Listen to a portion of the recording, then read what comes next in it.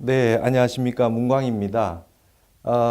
저는 이제 2021년 새해를 맞이하면서 동양학에서 보는 그 새해의 의미라는 그런 주제로 여러분에게 말씀을 좀 드리고자 합니다. 일단 뭐 동양학에서 보는 새해의 의미 이렇게 해서 특별한 것은 없고 일단은 그 전 세계의 그 어느 누구라도 새해를 맞이할 때는 항상 새로운 마음을 먹게 되는 것 같습니다. 그래서 우리가 늘 얘기하듯이 일신 우일신의 마음으로 마음을 다잡는 그런 방식으로 새해를 다 맞이할 텐데 특히 우리 이 동양에서는 새해를 맞이하는 여러 가지 날을 네 번에 걸쳐서 새해의 첫날을 맞이하는 형식으로 우리가 지금 살고 있거든요. 그래서 전통적인 우리 그 달력, 역법에 의해 가지고 새해 첫날이라고 하는 날이 네 번이 존재하게 됩니다. 그래서 그 의미들을 한 번씩 살펴보면서 우리의 전통적인 의미에서의 동양인들, 우리 동아시아의 우리 국민들은 어떻게 새해를 맞이하는 마음가짐을 가졌느냐 이런 걸 한번 살펴보고 그다음에 그것에 입각해서 우리 전통적인 동양의 의미인 그 천간지지에 의해서 신축년은 또 어떤 특징을 가진 해로 우리들이 보통 보고 있는지 그렇게 한번 살펴보도록 하겠습니다. 그리고 이와 아울러서 우리 불교에서 새해를 맞이할 때 새해의 의미에 대해서 선적인 의미에서는 어떻게 새해를 맞이하는 마음가짐을 가졌는지 그렇게 살펴보면 대체적으로 우리 이 동양에서의 맞이하는 새해의 의미에 대해서 대충은 짐작하실 수 있으리라 생각을 합니다.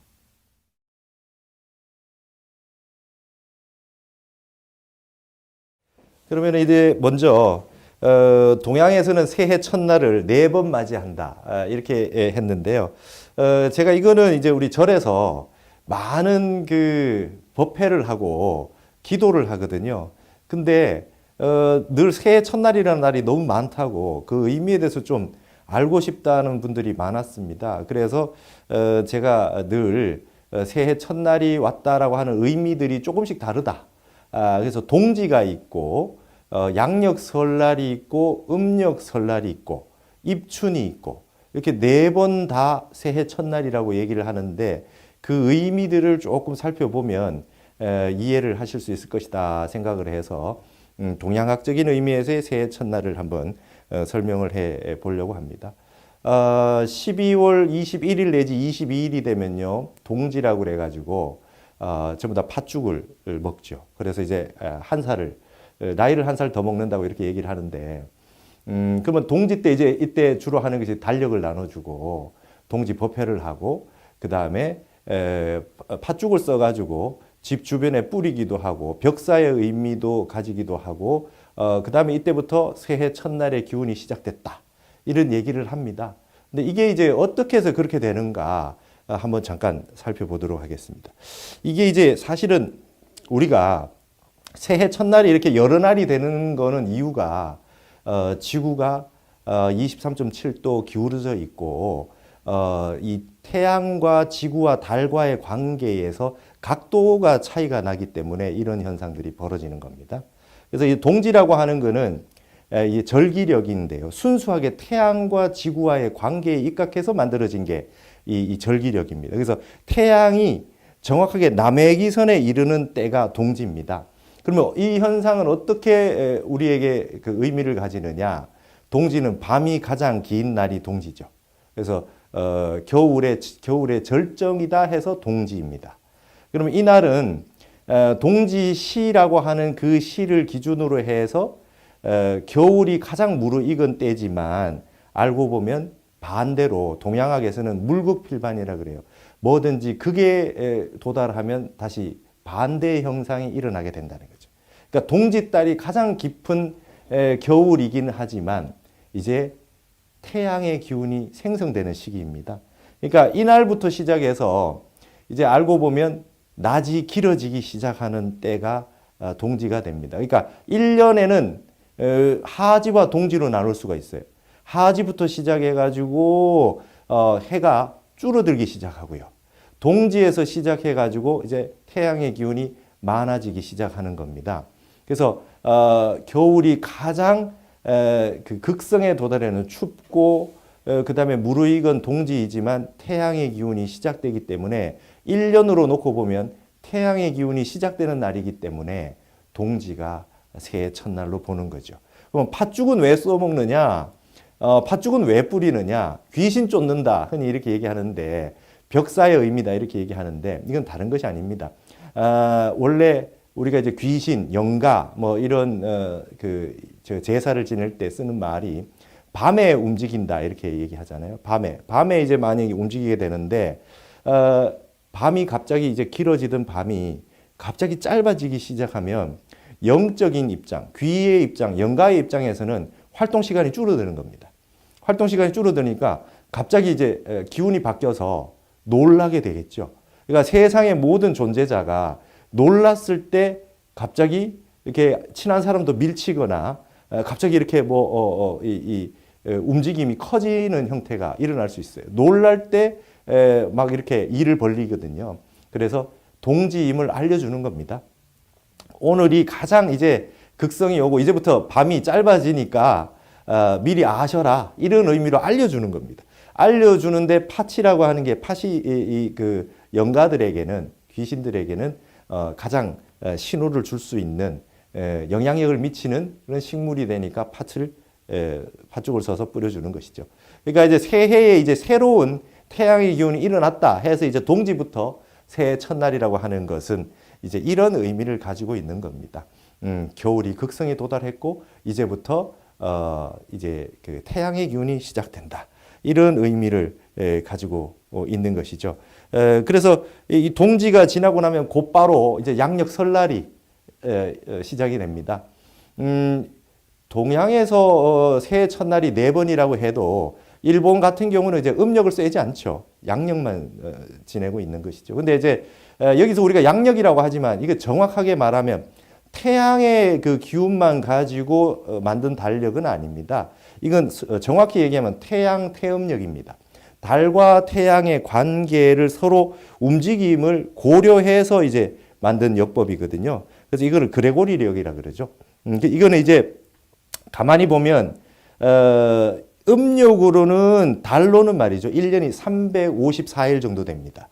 근데 이 양력은 말이죠. 365와 뭐 2, 4, 2일, 9, 9일 해서 단위가 정확하게 안 나와요. 그래서 365일이 됐다가 366일이 됐다가 하는 날이 생기는 이유는 이렇게 되는 거죠. 그러면 달이 그 태양에 비해서 한 11일 정도는 먼저 갑니다. 먼저 가죠. 그래서 이거를 서로 고려해 가지고 말이죠. 윤달을 만든 겁니다. 말하자면 음력이 이 달이라고 하는 것이 좀 기다려주는 거죠. 그러지 않으면 음력으로는 7, 8월이 됐는데 양력으로는 아직 1, 2월밖에 안 되는 그런 상황이 벌어지기 때문에 3년에 한 번, 뭐 5년에 2번 해서 전체적으로 이 그 19년에 7번 이게 윤달이 끼게 되는 겁니다. 이것을 고려해서 2월 달이 28일이 됐다가 29일이 됐다가 하는 것을 고려해서 만든 게 지금 우리가 쓰고 있는 양력입니다. 그러니까 이제 이렇게 되면 이제 이 우리나라뿐만 아니라 전 지구가 말이죠. 양력이라고 하는 것을 이제 공식적으로 사용을 해서 쓰게 되는 형태가 되는데요. 여기에서 이제 우리 동양학에서 이 달과 태양이라고 하는 것의 관계성 속에서 어떠한 인간적인 의미를 뽑아냅니다. 어떻게 뽑아내냐 하면 이제 부부가 만나서 남녀가 같이 살게 되면 항상 하는 말이 여성들이 훨씬 촉이 빠르다. 감각이 빠르다. 그 다음에 남자들은 둔하다. 눈치가 없다. 이런 말을 쓰게 되는데요. 이건 달과 태양의 관계가 그런 겁니다. 달은 말이죠. 1년을 빨리 다 채우고 354일만 되면 쉽니다. 근데 태양은 말이죠. 아직 11일을 더 가야 1년이 다 되기 때문에 항상 같은 대상이 되는 짝이 되는 음양이 만나면 달이 빨라지는 거죠. 여성은 정확하게 달의 이치에 의해 가지고 모든 것이 이제 이루어지는 신체 리듬을 가지고 있으니까 그래서 이제 중용 같은 데 책에는 성자 천지도야요 성지자 인지도야라 이런 말이 있거든요. 하늘이라고 하는 것은 항상 성실한 것이다. 하늘이 쉰 적이 있느냐? 항상 하늘이라고 하는 것은 성실한 게 하늘이다. 그리고 성실하게 되고자 하는 것이 인간의 도다. 이렇게 중용이라는 텍스트에 이런 말이 있거든요. 그래서 미덕이 남성의 미덕은 쉬지 않고 성실하게 계속해서 나가는 것이 미덕입니다. 그리고 동양에서 봤을 때 여성의 미덕은 윤달처럼 좀 더디게 오더라도 기다려주고 지켜주고 응원해주고 이렇게 해주는 것이 이제 미덕이 되는 것이죠. 왜냐하면 달과 태양의 관계가 그렇게 형성이 돼 있고 윤달이라고 하는 게 생겨서 항상 음력이라고 하는 형태는 열흘씩 3번을 모아가지고 3년이 지나면 윤달을 한번 만들어서 윤년이 되기 때문에 이런 의미 맥락을 가지는 겁니다. 그래서 이것이 정확하게 360일, 1년이 360일이 되지 않기 때문에 이러한 현상으로 일어나는 그 뒤 소수자리들이 나타나는 양상들이 발을 정자 정을 형성하지 못하고 윤달이라고 하는 중간에 있는 양상들이 많이 극성하게 되는 요인으로 보는 겁니다. 그래서 옛날부터 군자는 정도를 걸어야 되나 이 세상에 있는 흥행하는 중간에는 말이죠. 사이간자가 흥행을 하는 거죠.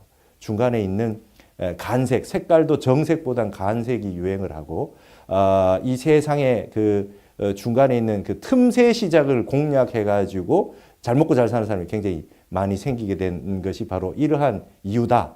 이제 동양의 선비들은 이렇게 보는 거죠. 하지만 이것이 이제 지구라고 하는 것이 태양과 달에 입각해서 봤을 때 이런 현상이 일어나는 것이고 우주 법계로 봤을 때는 발을정으로 살아야 정당한 바른 과보를 받는다. 그래서 우리가 겪고 있는 환경이라고 하는 요소는 이러한 문제들이 조금 있을 수 있으나 이 발을 정자를 추구해서 사는 사람만이 결국 훌륭한 과보를 얻는 것이고 그러지 못하면 결국 쉽게 살다 보면은 나쁜 과보를 받게 될 수밖에 없다. 이런 것이 이제 우리가 새해를 맞이하면서 역법으로 보는 그런 우리 동양학의 지혜가 되겠습니다. 뭐 아시다시피 음력 설날은 달의 운행을 기초로 해서 정해진 역법 체계입니다. 이것도 역시 음력이라고 해서 단순히 달만 해당하는 것이 아니라 지금 우리가 쓰고 있는 음력도 태양 태음력인데 일종인데 이 시언력이라고 하는 것이죠. 그래서 이게 동양에서는 항상 양력보다는 음력을 중시했습니다. 음력은 정확하거든요. 정확하게 30일에 입각해가지고 달이 운행되는 거 정확하게 보름달이 뜨고 상망이라고 하는 것이 정확하게 이제 구현이 되어 있기 때문에 진짜 믿을 만한 것은 달이다. 이런 형태로 해서 달을 굉장히 중시했던 그런 부분들이 있습니다. 그래서 생일도 음력으로 많이 생일을 세기도 하고요. 그랬죠. 그래서 이제 1년 중에 가장 큰 명절 중에 하나가 정월 대보름인데요. 음력 설이라고 하는 게 1월 1일이긴 하지만 이건 달을 기초로 해서 만들어진 것이니까 첫 번째 그 해의 제일 첫 번째 보름달이 뜬 날이 굉장히 중요하지 않겠어요? 그래서 정월 대보름이 굉장히 중요한 의미를 가지는 겁니다. 새해의 첫 달의 입장에서는 보름달이 뜨는 날이 굉장히 중요하니까 중국 같은 경우에는 춘절이라 그래서 봄춘자 써서요. 춘제라 그래가지고 음력 1월 1일부터 보름까지 그냥 보름간 쉽니다. 정월 대보름이 있을 때까지 그런 의미를 가지는 것이죠. 그래서 달을 보고 소원을 빌고 하는 이런 모든 그런 우리의 세시 풍속들이 정월 대보름이라고 하는 달의 첫 번째 달을 가지고 얘기를 하고 있다. 그래서 이제 이건 음력을 가지고 기준으로 해서 보는 어떤 그런 새해의 의미가 되겠습니다. 그 다음에 이제 하나가 이제 또 다른 게 이제 입춘이라는 게 있어요. 보통 입춘이 이제 양력으로 2월 4일이나 5일 정도에 입춘이 되는데 이것도 이제 아까 말한 동지처럼 절기력입니다. 동지는 겨울에 있는 동지달에 있는 그 절기라면 이 입춘이라고 하는 거는 이제 추나 추동으로 봤을 때 봄이 되는 첫 번째 절기. 그게 이제 입춘이거든요. 그래서 입춘대길이라고 써가지고 새해를 맞이하는 형태로 하고 이제 입춘에 이제 기도를 우리가 하게 되는데 입춘 기도에 할 때 주로 이제 많이 하는 것이 띠와 관련된 건 전부 인하를 기준으로 형성되게 되는 겁니다. 그러니까 이제 삼재풀이를 한다든지 뭐 이런 건 전부 다 입춘에 하는 것이죠. 왜냐하면 이제 올해가 이제 새롭게 바뀌면서 신축년이 됐다. 그러면 소띠 해잖아요. 그러면 소띠라고 하는 그 의미는 뭐냐 하면 입춘 하루 전날 태어나도 소띠가 못 되는 겁니다. 쥐띠인 겁니다. 그래서 입춘을 지나야 이제 그야말로 소띠가 되는 거죠. 그래서 어떤 경우에는 이제 윤달이 끼고 뭐 이렇게 하다 보면 양력설을 지나고 음력 1월 1일이 지났음에도 불구하고 아직 입춘이 오지 않은 경우가 있어요. 그래서 음력설을 지나고 아직 입춘이 오지 않아서 아직까지 그 띠가 바뀌지 않은 경우들도 있단 말이죠. 그래서 절기력에 의해 가지고 간지로 인해 가지고 지지에 그 띠가 오지 않으면 입춘이 오지 않으면 그 띠가 되지 않았기 때문에 입춘 됐을 때 그 삼재풀이를 합니다. 삼재라고 하는 건 다른 게 아니고요. 이제 우리 그 불자나 모든 우리 그 국민들이 알아야 될 것은 삼재라고 하는 게 전부 다 나쁘다. 뭐 이렇게 보는데 삼재가 나쁜 것이 아니고 삼재라고 하는 것은 그 해에 가지고 있는 이 신축, 그러면 신축이 가지고 있는 이 의미하고 그 자기 자신의 띠하고의 관계에서 큰 변화가 온다 이런 뜻입니다. 그러니까 우리가 보통 봤을 때 변화가 오는 것이 꼭 나쁜 것만은 아니거든요.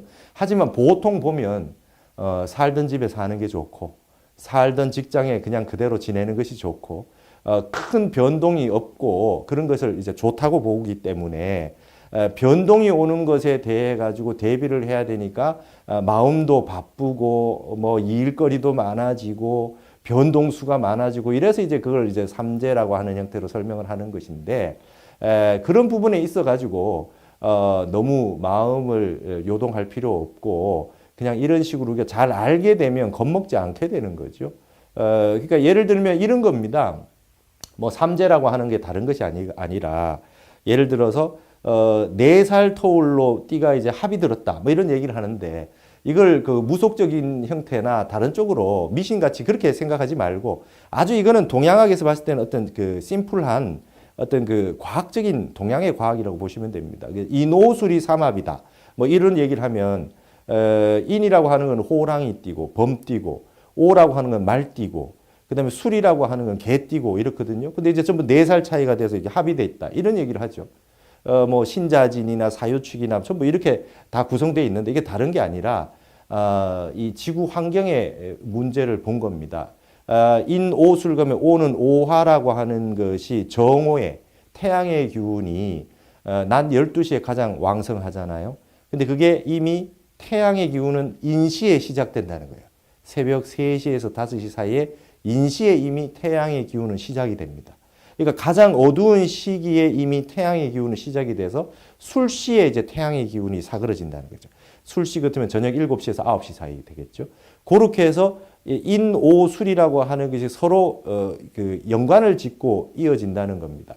말하자면은 태양의 기운이 낮에 그냥 생긴 것이 아니라 새벽 시간에 시작이 됩니다. 그렇기 때문에 우리 절에서도 새벽 3시가 되면 3시에서 5시 사이에 인시에 늘 도량석을 치고 다 같이 일어나서 생명체에 활동할 수 있는 태양의 양기의 기운은 이때 일어날 때 그야말로 제대로 된 기운을 낮이나 저녁까지 유지해서 그 지속할 수 있다.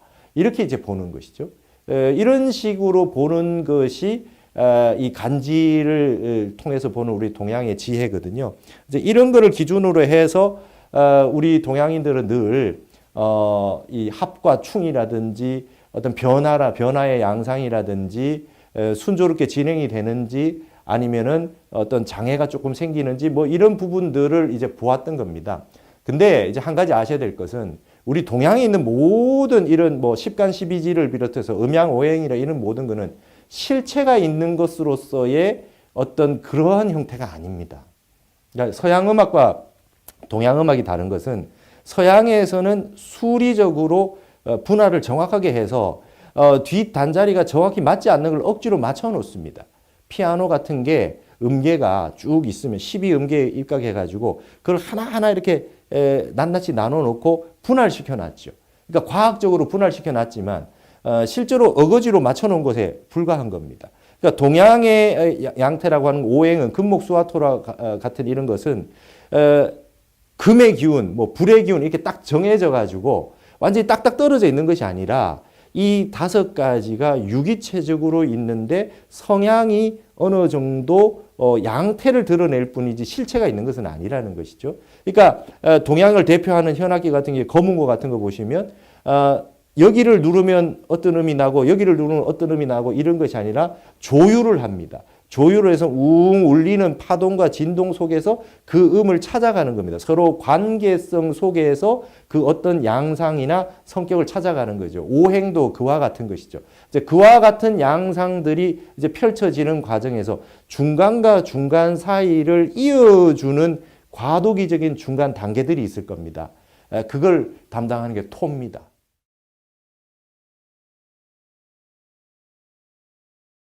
신축이라고 하는 해는 어떤 해냐?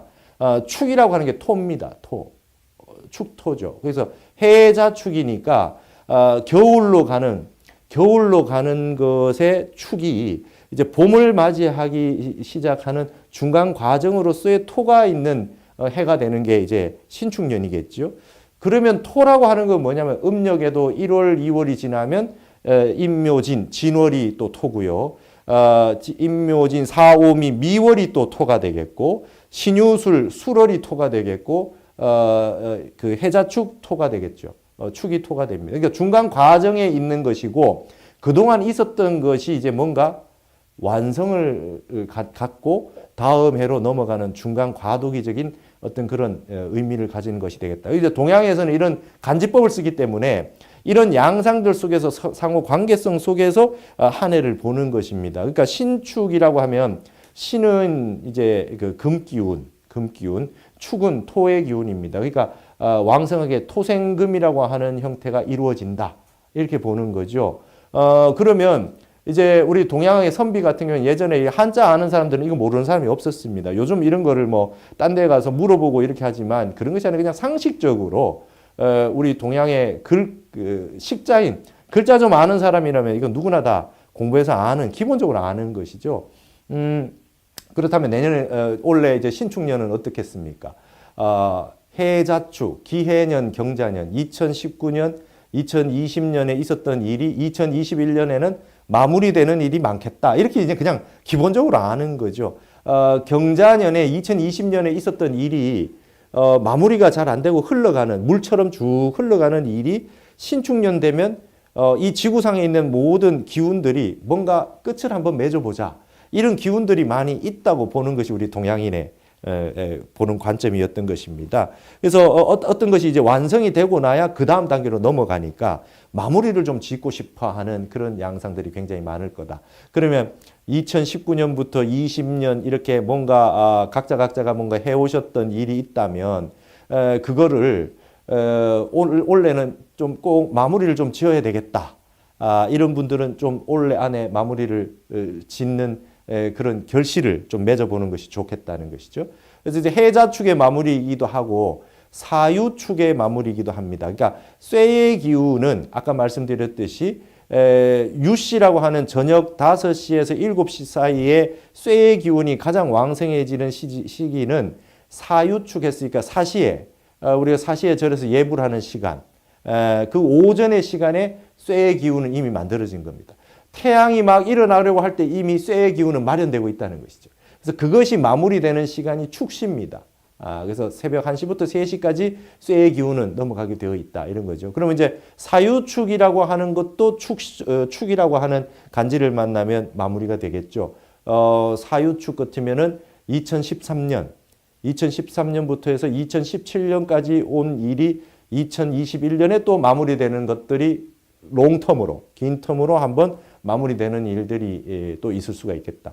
그러니까 어쨌든 2021년 신축년이라고 하는 해가 되면 사람들 전체가 일을 새로 벌려가지고 뭐 한다기보다는 기존에 있었던 일들을 전부 다 좀 마무리를 짓고 우리가 지금까지 있었던 그 좀 결과물을 보자. 이런 심리 상태가 되기 쉽다는 거. 이렇게 이제 우리가 이제 보통 보고 있는 것이죠. 그래서 그동안 정성 들였던 일이 있다면 이 기회에 전부 한번 정리를 한번 하고 마무리를 한번 했으면 좋겠다. 뭐 이런 형태가 되는 겁니다. 그러면 자 이제 한번 예측을 해봅시다. 예전에 신축년, 이 앞에 60년 전에 신축년은 어떤 일이 있었냐? 5.16 있었어요. 5.16 있었습니다. 경자년이라고 하는 1960년에 4.19가 있었고요. 1961년에 신축년에 5.16이 있었습니다. 말하자면 우리나라에 경자년에 4.19라고 하는 형태가 있었는데도 불구하고 세상에 아직까지 그 혼란한 어떤 그 흐름이 마무리가 되지 않고 신축년으로 넘어간 것이었겠죠. 그러니까 사람들이 이걸 못 견디는 거죠. 못 견뎌서 뭔가 좀 이 결과를 좀 마무리를 짓고 뭔가 좀 끝을 내서 뭔가 정리를 한번 해야 되겠다라고 하는 그런 기운들이 나오면서 군인들이 나와서 이 5.16 쿠데타라고 하는 것을 일으켰다고 볼 수 있는 겁니다. 이게 이제 동양학에서 봤던 이런 간지법에 의한 어떤 그 세해를 보는 방식입니다. 자, 그렇게 되면 어떤 일이 이루어지느냐? 아직 결실이 일어나지 않은 것을 결실을 내고자 하는 그런 생각이 일어날 수도 있겠죠. 그 다음에 지금까지 지지부진하게 그냥 끌어만 오고 있던 걸 마무리를 무조건 지어야 된다라고 하는 당위적인 마음도 생길 수가 있을 겁니다. 그러면 어떤 것으로 보아야 되느냐? 신축년 새해에는 뭔가 쭉 흘러오는 뉴스들이 이제 뭔가 결과물이 이러하다 이런 뉴스들이 세상에 전 지구적으로 많이 펼쳐질 가능성이 있는 거죠. 예. 그러니까 2020년의 뉴스는 오늘 뉴스 듣고 나서 이 뉴스가 5일 뒤, 10일 뒤, 한 달 뒤에도 매나 비슷한 뉴스의 흐름으로 그냥 흐지부지 되는 그 진행되는 뉴스들이 많았다면 2021년에 신축년의 뉴스는 예전에 몇 년 전에 있었던 일이 이것으로 결론이 났습니다. 그 다음에 이러이러한 걸로 밝혀졌습니다. 그 다음에 갑자기 숨어 있었던데 옛날에 어떤 있었던 일이 알고 보니 이런 것이었다고 합니다. 뭐 이런 것들이 많을 가능성이 있는 거죠. 그럼 이제 우리가 이런 것을 무슨 뭐 예언을 하고 이렇게 하는 것이 아니라 동양인들의 선비들은 이런 걸 통해서 짐작을 하는 거죠. 오늘은 원래는 뭐 좀 대충 그런 일이 많겠구나. 그리고 결론적으로 도달하는 것은 부동심이죠. 어떻게 일어날 것을 대충 이 교훈을 가지고 어떻게 봐야 될 거냐. 나날이 우리가 겪어야 될 일들을 우리가 어떻게 보아야 될 거냐라고 하는 교훈은 그 해에 맞춰 가지고 내가 할 바를 찾지만 전체적인 흐름으로서의 생각은 부동심이 가장 중심이라는 겁니다.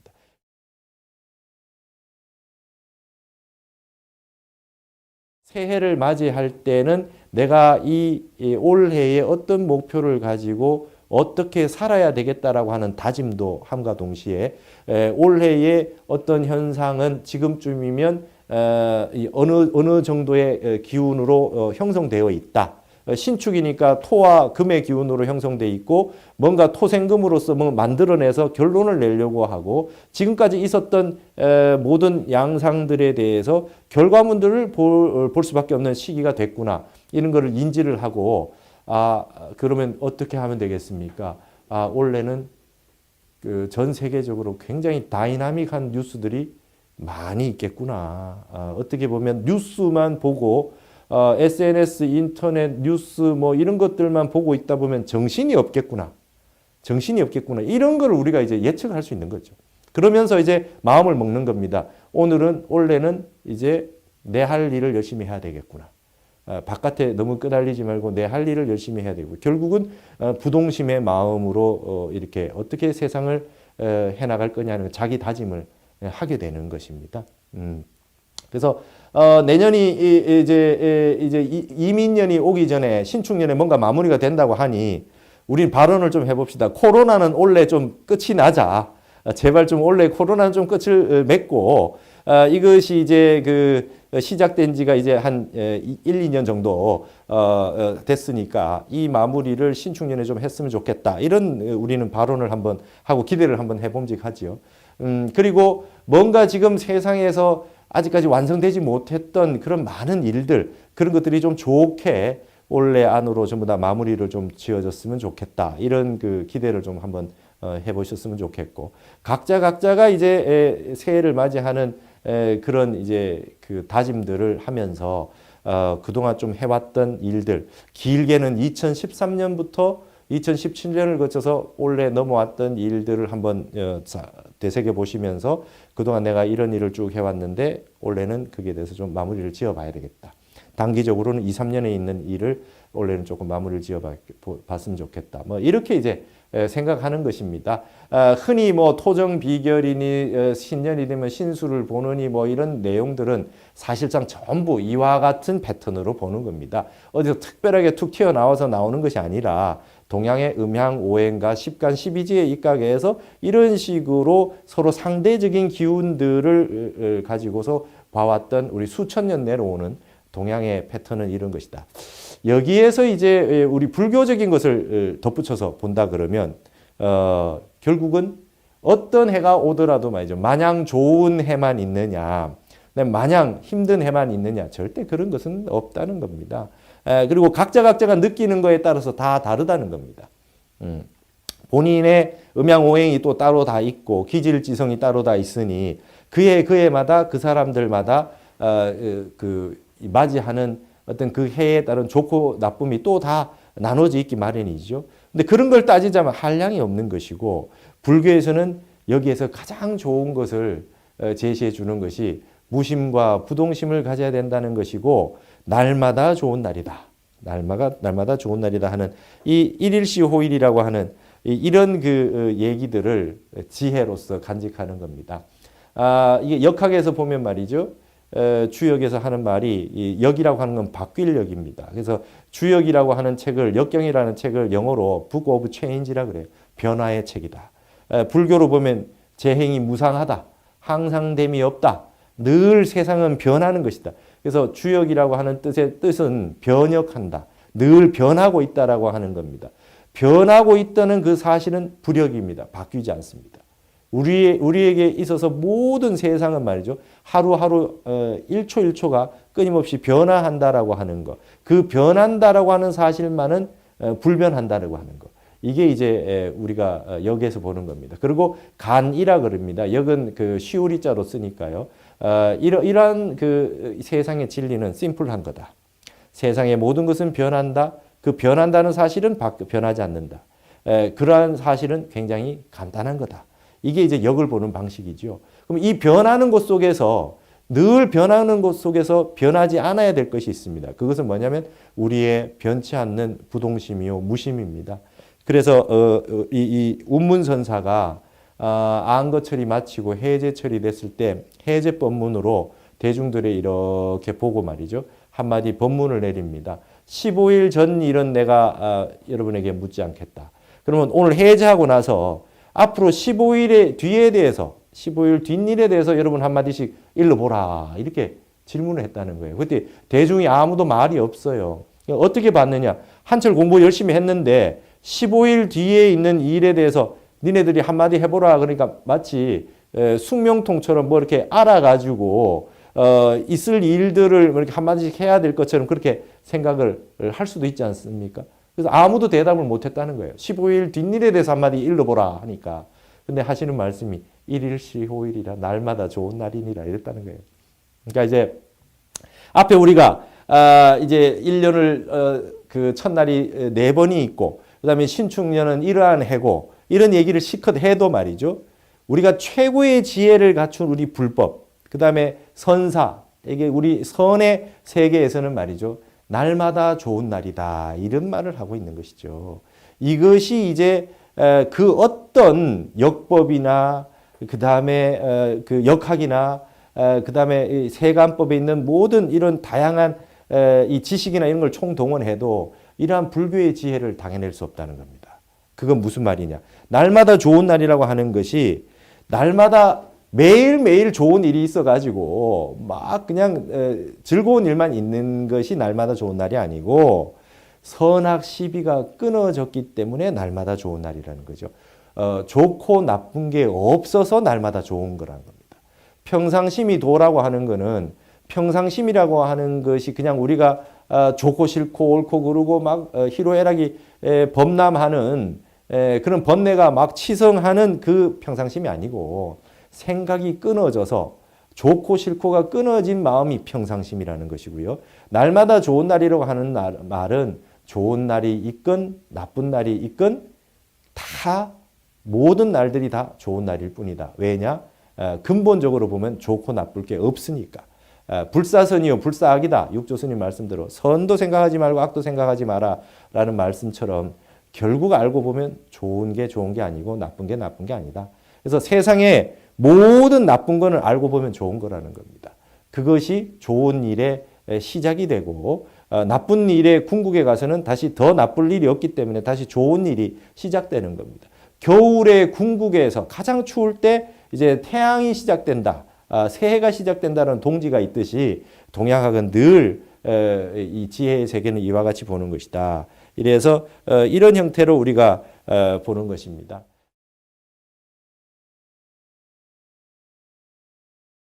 그 다음에 이제 지금 이 시절은 그러면 어떤 시절이냐? 말법시대라고 합니다. 부처님 말씀에 열애묘루 후 500세라고 해가지고 하시는 말씀이 부처님의 그 금강경에 열애묘루 후 500세라 그래가지고 부처님 인멸하신 이후에 500년씩 5번 이 500년마다 세상이 좀 바뀐다 이런 말씀하신 게 있습니다. 그게 이제 대방등 대집경이라는 경전에 이렇게 나와 있는데요. 불교에서는 부처님 인멸하시고 첫 번째 500년을 해탈내고 시대라 그럽니다. 해탈하신 분이 많았다. 그 다음에 500년은 선정내고 시절이다. 선정에 드신 분들이 많았다. 그래서 이걸 1000년간을 이제 정법시대라고 하고요. 그 다음에 이제 500년은 다문내고라 그럽니다. 해탈하거나 선정에 드시지는 못해도 부처님 말씀을 잘 외워서 독송하고 부처님 말씀대로 잘 사는 분들이 많았다. 그게 500년이고 그 다음 500년은 말이죠. 탑사내고라 그래요. 탑사내고는 공부는 잘 못하지만 아주 신심을 가지고 부처님 불사를 잘하고 아주 여법하게 살림을 살고 했던 시절이다. 여기에 1000년까지를 상법시대라 그럽니다. 그러고 나서 그다음 2000년이 지나고 나면 투쟁내고 시절이라 그래요. 싸운답니다. 부처님 인멸 이후 2000년이 지나고 나면 말법시대가 오는데 이 싸운다는 것이죠. 이 종파 저 종파가 싸우고 어딜 가든 이렇게 서로 싸워가지고 양변으로 나뉘어가지고 싸우는 시절이다. 그래서 넓은 세상의 의미로 봤을 때 우리 불법에서는 지금이 말법시대라고 얘기하는 겁니다. 유교에도 소광절이라고 하는 아주 대단한 그런 학자가 있었어요. 이분이 황극경세서라는 걸 썼고 이 지구의 한 단위인 이 단위를 말 12만 9,600년이라고 보는데 그 단위에 대해서 환하게 아는 분이었다. 이렇게 얘기하는 소광절 선생이라는 분이 있었어요. 심지어 이분은 어느 정도 대단했냐면 중국의 소동파라는 분이 귀향을 가서 귀향살이를 하고 있었어요. 귀향살이를 하고 있는데 내가 이 귀향살이를 좀 이제 언제 여기서 좀 벗어날 건가. 그래서 소광절 선생이 역학에 너무 밝으시다 하니 찾아갔던 거예요. 선생님 제가 언제쯤이면 좀 이걸 귀향살이를 좀 끝낼 수 있겠습니까? 이랬더니 소광절 선생이 하는 말이 자네같이 공부 많이 된 분이 뭘 이런 걸 물으러 오느냐 그랬다는 거예요. 그래서 핀잔을 주고 내보내는데 가는데 뒤로 돌아가는데 이제 소광절 스님이 불렀어요. 소동파를 불러가지고 뭐라 하냐면 우리 정조부의 이름은 무엇이요? 우리 조부의 이름은 어떻게 되고 우리 아버지 이름은 뭐가 된다. 이거는 꼭 기억하고 가거라 이러더라는 거예요. 그래서 갔는데 나중에 봤더니 소광절 선생이 세상을 뜨니까 이분이 이제 집안이 유명한 집안이 아니라 이제 이 그 좀 조상님들이 유명하지 않았던 이런 그 평범한 가정이었던 모양이에요. 돌아가셨는데 이분이 말이죠. 국왕의 천자들이 이 소광절 선생한테 너무 많은 걸 묻고 그래서 너무 옆에 두고 좋았을 거 아닙니까? 그래서 이분의 이제 비문도 짓고 막 이렇게 그 선양 사업을 하고 싶은데 이분의 조상이나 그에 대한 정보가 하나도 없는 거예요. 그래가지고 아무도 이걸 모르고 있는데 소동파가 워낙 아는 것이 많다고 하니까 소동파한테 물어본 거예요. 이분의 아버지 이름, 할아버지 이름 전부 아느냐? 그때 정조부, 조부, 아버지의 이름까지 다 알고 있어서 그 얘기를 해주고 나서 귀향해서 풀려났다는 거지. 그럴 정도로 소광절 선생이 아는 게 많았다는 거예요. 근데 이분이 말이죠. 황극경세에서 했는 말이 뭐냐면 세상은 앞으로 이렇게 흘러갈 것이다. 사망, 오제, 사망, 오패, 이적, 금수 이렇게 시대 구분을 했어요. 사망, 태초에 우리가 사망 오제라고 하는 이 사망 오제에 욤임금, 순임금도 들어가 있고 천왕시, 지왕시 해서 사망부터 해서 오제, 그 다음에 사망이라고 하는 형태에서 이제 문왕이 나오고 그 다음에 오제라고 하는 거는 이제 오패라고 하는 건 말이죠. 그 춘추 전국시대로 내려오면서 진문공, 제황공 이럴 때까지가 이제 오패잖아요. 그러고 나면 그 다음 시절이 이적운이 온대요. 이적운은 뭐냐면 중국에 다른 오랑캐들이 와서 중원을 차지하고 마음대로 하는 시절이 온다. 이제 원나라, 몽고라든지 만주족이라든지 청나라까지를 이적운으로 보고 그 다음에 운을 말이죠. 금수운이라 그랬어요. 청나라가 망한 이후의 세계는 금수운이다. 그러니까 말하자면 우리 불교에서 볼 때는 이 투쟁내고라 했듯이 욕심만 가지고 사는 세상이다. 욕심만 가지고 사는 세상이고 약육강식의 세상이 한번 열린다. 이게 이적운 금수운 아니겠습니까? 지금은 유교에서 봐서도 금수운이고 불교로 봤을 때도 이 투쟁내고 시절이다. 그러나 그렇다면 지금 우리 말법 시대는 그러면 우리가 어떻게 살아야 될 거냐? 보조국사가 이런 말씀하셨어요. 보조국사 당시에 벌써 이 정법 시대, 상법 시대가 지나고 말법 시대가 왔다고 해가지고 일본에서는요 정토정이 유행했습니다. 이 예토에 이 더러운 땅에서는 공부 못한다. 빨리 극락왕생 해가지고나 수행해야지. 여기서는 수행이 어렵다. 그래서 정토정이 활발했는데 보조국사 하신 말씀이 아주 걸작입니다. 시대에 정법 시대, 말법 시대가 있지 우리 근본 마음자리에 정법 자성, 말법 자성은 없다. 그렇기 때문에 우리 근본 자성은 변하지 않기 때문에 우리는 그대로 참선한다. 참선하자. 이게 이제 보조국사의 사상이었습니다.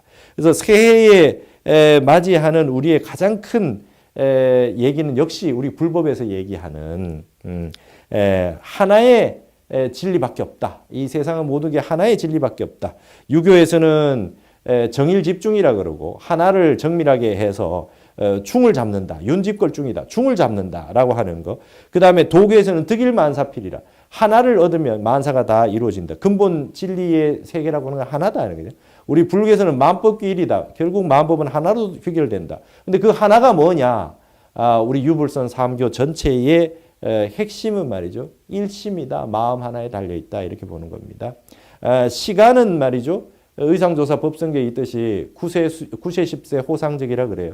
과거, 현재, 미래가 있고 과거 속에 과거, 현재, 미래, 현재의 과거, 현재, 미래, 미래의 과거, 현재, 미래가 있으니까 9시간으로 나눌 9시간의 단위로 나눌 수 있을 겁니다. 근데 구세 십세라 그랬거든요. 시간은 10가지다. 구세가 있는 것이 아니라 마지막 하나의 시계는 뭐냐? 하나의 시간은 뭐냐? 현존일념이라는 겁니다. 여러분 우리가 과거를 보거나 현재를 보거나 미래를 보더라도 그 시간은 과거는 흘러가서 없고 미래는 오지 않아서 없고 현재는 찰나저간에 지나가고 있기 때문에 현재도 없는 겁니다. 그러면 있는 것은 유일하게 있는 건 현존일념밖에 없는 거예요. 이제 화엄에서 얘기하는 게 현존일념입니다. 우리의 시간에 대한 모든 관념은 한 생각이 있는 겁니다. 내가 한 생각으로 과거에 매달려 있으면 과거를 살고 있는 거고 현재를 무시하고 미래에만 계획만 세우고 있으면 내 마음은 미래에만 있는 겁니다. 그러나 지금 당장 눈앞에 있는 바로 이 찰나찰나 순간에 최선을 다한다면 이 시간을 온전히 가지는 것이죠. 그래서 현존일념이 가장 중요하다. 그래서 이렇게 이 변하는 것에 대한 동양의 지혜로서 보는 관점이 하나 있고 그다음에 변하지 않는 이 세상이 어떤 세상이 오고 어떤 시대가 오더라도 변하지 않는 것으로 보는 우리 동양의 정신이 하나가 있습니다. 그래서 신축년에 와서 어떠한 현상이 일어나더라도 우리는 이 시대를 사는 우리의 지혜는 말이죠. 다른 게 없다. 일심이라고 하는 거, 현존일념이라고 하는 거, 세상에 일어나는 모든 일은 내가 그것을 받아들여서 생각하는 나의 한 생각뿐이다. 이것밖에 없다 이거죠. 그래서 뭐 그런 얘기를 드릴 수 있겠습니다. 새해를 맞이하는 최고의 마음은 선심이다. 참선하는 마음이고 무심이다. 마음 비워서 아무 생각 없는 한 생각에 끊어진 세계로 들어가는 거. 이게 제일 좋은 거다. 그 다음에 우리 성가에서는 많이 하는 말씀이 그겁니다. 호사가 부려무라. 좋은 일도 아무 일 없는 만 못하다. 좋은 일이 있고 나면 또 나쁜 일이 오게 되고 거기에 대해서 마장장애가 오기 때문에 그런 얘기를 많이 합니다. 그래서 제가 늘 저 스스로 얘기를 하고 있고 다른 분에게도 말씀을 많이 드렸지만 매일매일 하루도 빠지지 말고 각자 수행하는 걸 하나씩은 간직하면서 매일 정진하자. 그것만이 살 길이다. 이런 그 말씀을 많이 드렸는데 그래서 영공책이라 그랬거든요. 제가 하루도 빠지지 않고 정진하는 영공이 세상에서 가장 귀하다. 새해가 와서 변화되는 양상이 있고 세상에 어떤 뉴스거리가 와서 우리를 그 불안, 초조 혹은 근심, 걱정하게 만들어도 반야바람 일다에 의지하면 무유공포다. 반야신경에 그렇게 있듯이 공짜리, 우리 텅 빈 마음짜리로 돌아가다 보면은 근본적으로 말이죠. 마음에 공포가 없고 마음에 걸림이 없다. 그다음에 전도몽상을 여의고 구경열반에 도달한다라고 하는 그 말씀에 입각해서 반야바람일에 입각해서 살자. 그래서 새해를 맞이하면 이제 4번의 새해 첫날이 있으니까 그 어느 하루를 잡아서 시작하는 스타트를 삼아가지고 새롭게 발심을 해서 올해는 하루도 빠지지 말고 어떤 수행이라도 하나를 철저하게 해보겠다.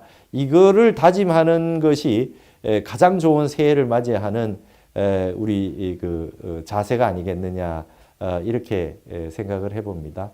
그래서 앞으로 올 한 해에 다 전 국민들이 마음을 일치단결해서 건강하시고 그 다음에 각자가 다 자기 수행을 하는 그런 한 해가 됐으면 좋겠다.